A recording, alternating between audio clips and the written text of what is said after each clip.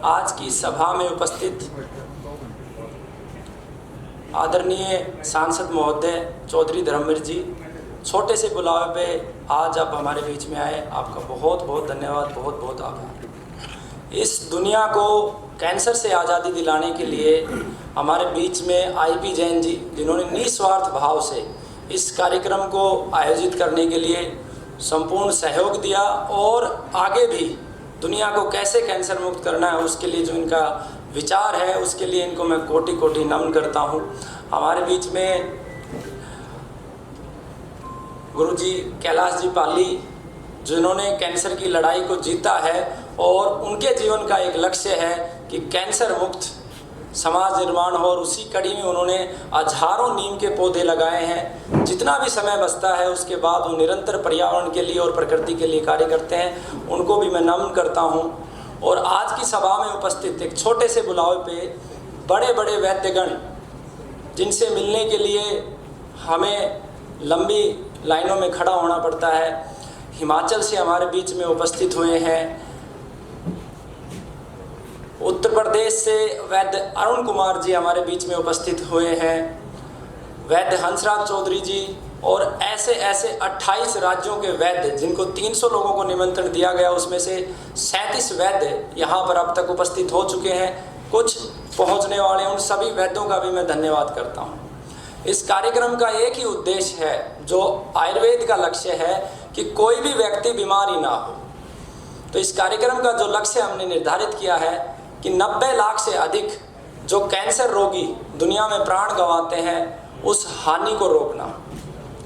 दूसरा जो इस कार्यक्रम का लक्ष्य है वो ये है कि आने वाले समय में जिस तीव्रता से कैंसर बढ़ रहा है, जितना हम देख पाते हैं, शायद ही भारत का कोई घर होगा जिसमें कैंसर रोगी ना हो। उस परिस्थिति को कैसे टाला जाए, इस कार्यक्रम का एक लक्ष्य है। इस कार्यक्रम के माध्यम से दुनिया की सबसे बड़ी रिसर्च टीम कैंसर के ऊपर बनेगी, ऐसी मैं ईश्वर से प्रार्थना करता हूँ, जिसमें पूरे भारत के वैद्यों को शामिल किया जाएगा। इसके अलावा हमारे आदिवासियों के क्षेत्र में बहुत सारे वैद्य हैं जिनसे मैंने ज्ञान प्राप्त किया है, जैसे सतपुड़ा के जंगलों में, बैतूल में भगत लाल जी वैद्य हैं। ऐसे हजारों वैद्य आज भी इस देश में हैं। उन सभी वैद्यों को भी इस संगठन में शामिल किया जाएगा।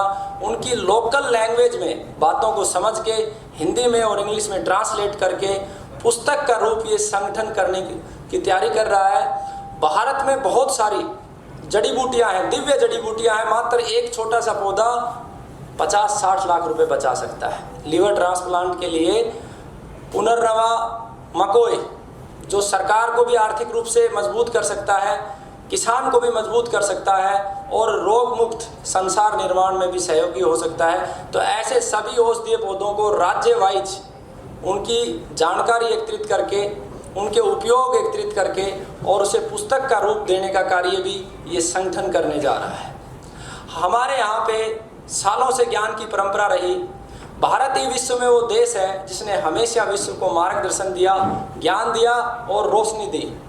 लेकिन मुगलों के काल से लेके और अंग्रेज़ों की गुलामी तक हमारे शरीर के अंदर जो मानसिक गुलामी आई, हमारे मस्तिष्क के अंदर जो मानसिक गुलामी आई, वो आज़ादी के बाद भी यथावत बनी हुई है। अमर बलिदानी भाई राजीव दीक्षित जी ने मानसिक गुलामी को समाप्त करने के लिए एक बीड़ा उठाया और अपने संपूर्ण जीवन काल तक, वो भाषा का क्षेत्र हो, चिकित्सा का क्षेत्र हो, शिक्षा का क्षेत्र हो, व्यापार का क्षेत्र हो या राजनीतिक व्यवस्था हो, सभी व्यवस्थाओं का स्वदेशीकरण, प्रकृति के हित में वो निरंतर कार्य करते रहे और उन्होंने इस राष्ट्र के लिए सर्वश्रेष्ठ बलिदान दिया। आज के इस कार्यक्रम बहुत ही महत्वपूर्ण दिन है। आज अमर बलिदानी चंद्रशेखर आज़ाद जी का जन्मदिवस है और चंद्रशेखर आज़ाद जी वो विचार हैं जिन्होंने पूरे भारत को आज़ादी की ललक लगा दी और भारत को आज़ाद कराने में बहुत बड़ा योगदान दिया। इसीलिए आज का दिन चुना गया कि जहां चंद्रशेखर आज़ाद ने भारत को आज़ादी दिलाई, ये संगठन दुनिया को कैंसर से आज़ादी दिलाएगा। आज के इस कार्यक्रम में एक अद्भुत बात जो भारत में आज तक नहीं हुई, हजारों वैद्य भारत में हैं, लाखों हॉस्पिटल हैं, सरकारी तंत्र से भी पूरा सहयोग मिलता है। और वर्तमान में सरकार ने जो काम किया है आयुर्वेद के क्षेत्र में, आप कभी सरिता विहार जाइए, आयुर्वेद का एम्स हॉस्पिटल सरकार ने स्थापित किया है, बहुत सारा पैसा लगाया है और सरकार इस विषय में बहुत सकारात्मक है। मैं तो ये कहूँ कि ये सरकार प्रकृति की है, ये सरकार आयुर्वेद की है, तो इसलिए इस कार्यक्रम का आयोजन किया गया कि सरकार तक हम ये बात पहुंचा सके कि कैंसर के लिए केवल कीमो ही ऑप्शन नहीं है। आयुर्वेद और प्रकृति माँ की शक्ति इतनी अद्भुत है कि वो कीमो के बाद भी बचा सकती है और कीमो के पहले भी बचा सकती है। हमारा तंत्र दुनिया में सर्वश्रेष्ठ था, है और रहेगा।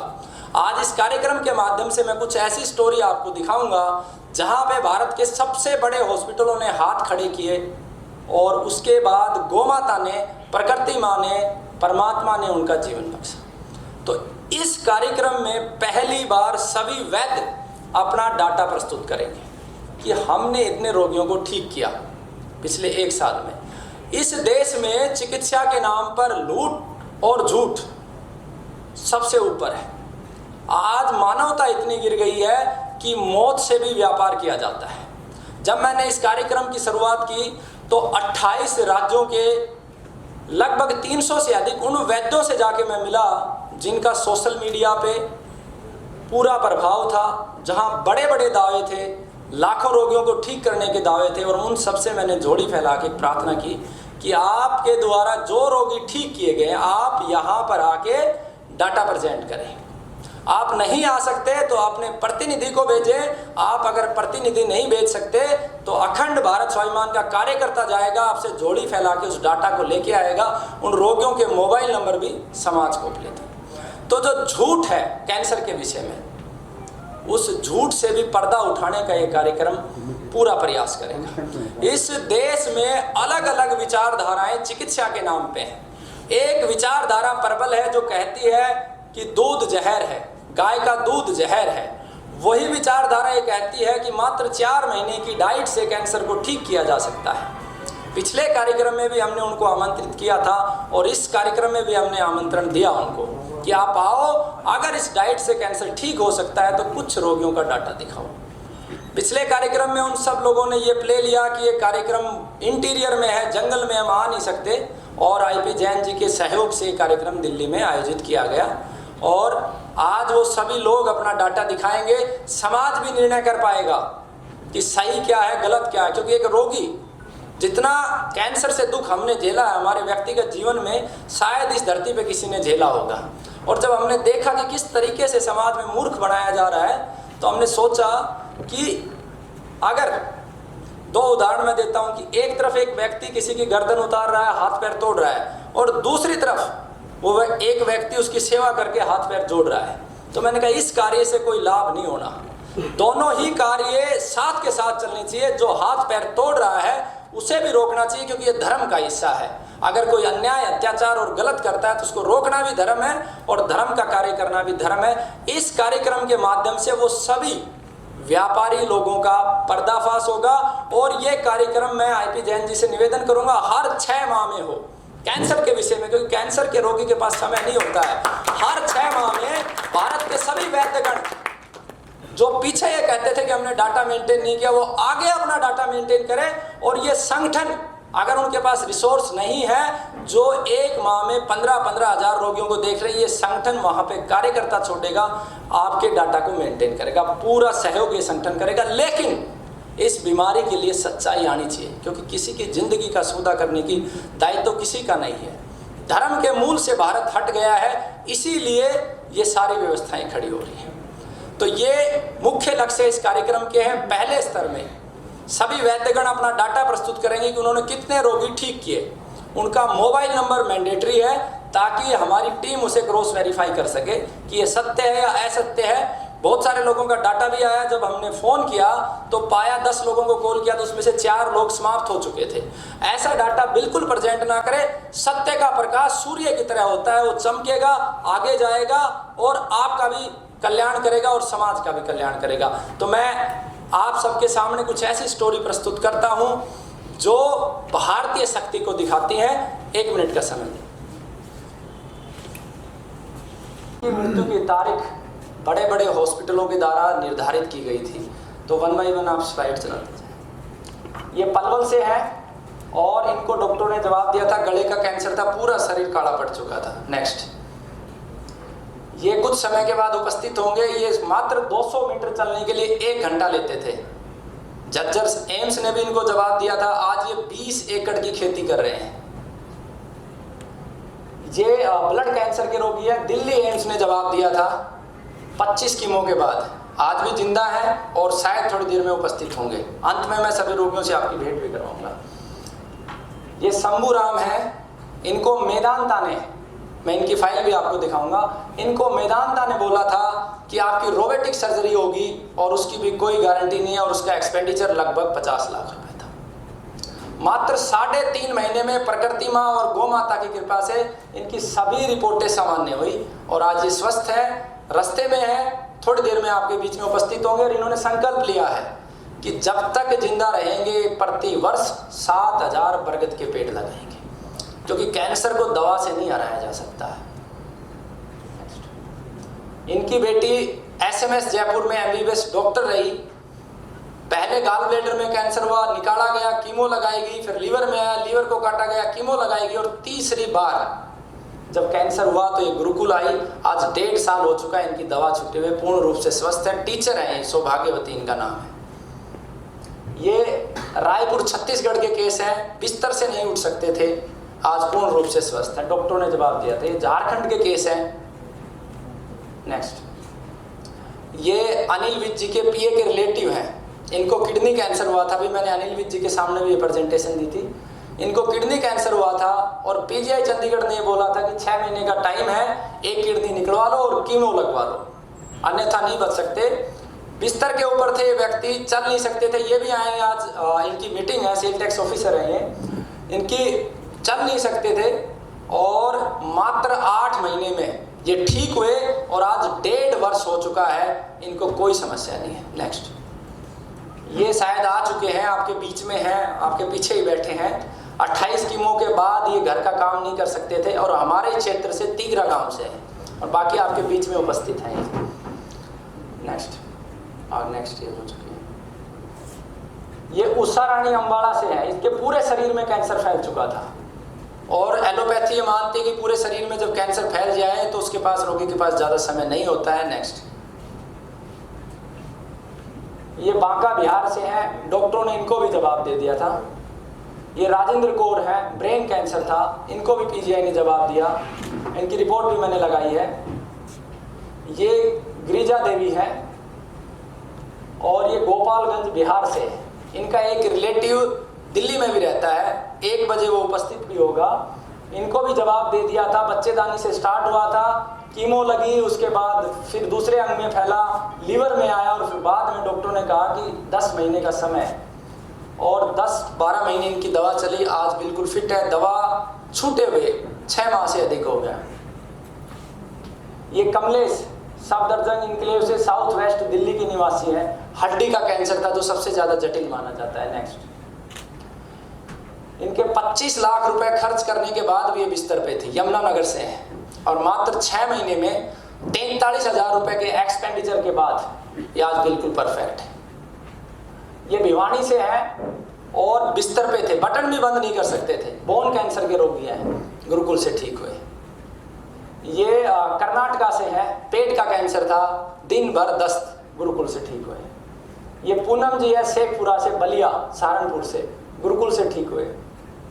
ये रोगी यहीं पर उपस्थित है, पीछे आप देख सकते हैं। शाम तक मैं सभी से आपको भेंट करवाऊंगा। नेक्स्ट, ये मदन लाल है। इनको पेट, लीवर, पेनक्रियाज में कैंसर था, गुरुकुल से ठीक हुए। ये आपके चंडीगढ़ से है, राम कुमार जी। नेक्स्ट, ये कुछ समय में उपस्थित होंगी। JNU की स्टूडेंट है, ब्लड कैंसर के केस थे। ये जगदीश पावा है, यमुनानगर से। नेक्स्ट, ये शायद उपस्थित होंगे, रेवाड़ी से हैं, दीपक जी। ये भी उपस्थित होंगे, दिल्ली के ही हैं। ये शायद उपस्थित हैं, राकेश जी पीछे बैठे हैं। नेक्स्ट, ये बांदा से, उत्तर प्रदेश से उपस्थित नहीं है, इनका भी सेम केस है। ये आपके इसार से हैं। नेक्स्ट, ये एलानाबाद सिरसा का केस है। ये भी सिरसा का केस है। ये जींद का केस है। पेशे से ये मिस्त्री था और अपने बिस्तर पे आ चुका था। इसके पास दवा देने का पैसा नहीं था। निःशुल्क दवा दी और मात्र 3 महीने के अंदर ये अपने काम पे दोबारा चला गया। आज भी ये चेजे का काम करता है, कैंसर रोगी। नेक्स्ट, ये बिहार का है, बिहार से कीमो लगने के बाद यहाँ पे आया था। ये हमारे बीच में उपस्थित है। नेक्स्ट, ये नागौर राजस्थान के निवासी हैं। ये इसार सिरसा, ये वही सेम है। ये हमारे रेवाड़ी के सज्जन सिंह है। 35 किलो वजन था जिस समय हमारे पास आए थे और यहाँ से ठीक होके गए। नेक्स्ट, ये राजस्थान किशनगढ़ के केस है। नेक्स्ट, ये रोहतक के केस है, गले के कैंसर का केस है। ये चित्रकूट का केस है। ये नाक का कैंसर जयपुर का केस है। ये मेदांता ने कीमो के लिए बोला था, इनकी बेटी भी बीएमएस डॉक्टर है। इन्होंने मेदांता के कीमो को छोड़ के आयुर्वेद को अपनाया, बिल्कुल स्वस्थ है। ये हिमाचल का केस है। डॉक्टरों ने बच्चादानी ऑपरेट करने के लिए बोला था। 23 साल की बिटिया जिसकी बच्चेदानी ऑपरेट कर दी जाए, क्या जीवन बचेगा, ठीक होके गई। ये यहीं पे थोड़ी देर में उपस्थित होंगे। पेट का कैंसर का केस है। ये झज्जर का केस है। बस एक एक्सेल रोगी का नाम है, कैंसर का टाइप है, मोबाइल नंबर है, एड्रेस है। कुछ केसेस में एड्रेस नहीं डला है। 446 केस है, आप वेरीफाई कीजिए। तो आयुर्वेद की शक्ति अथाह है। आप लोग ये सोचते होंगे कि अगर इतने लोग केस ठीक होते हैं तो आखिर ऐसे सम्मेलनों की जरूरत क्या है। जरूरत है, क्योंकि हम व्यापारी नहीं हैं। जब हमारे पास 100 रोगी आते हैं और 6 माह जब वो दवा लेते हैं तो उसमें से 70 ही रोगी बच पाते हैं और कई बार तो वो 50% का ही आंकड़ा होता है। और जो लोग प्राण गंवा देते हैं उनकी यादें हमारे मस्तिष्क में हर समय होती हैं। इसीलिए इस सम्मेलन का आयोजन किया गया कि हम सब मिलके कैसे इस आपदा को रोक सकते हैं और सत्य के साथ ईश्वर को साक्षी मान के आगे बढ़ सकते हैं। बहुत बहुत धन्यवाद। वंदे मातरम। जय गौ माता।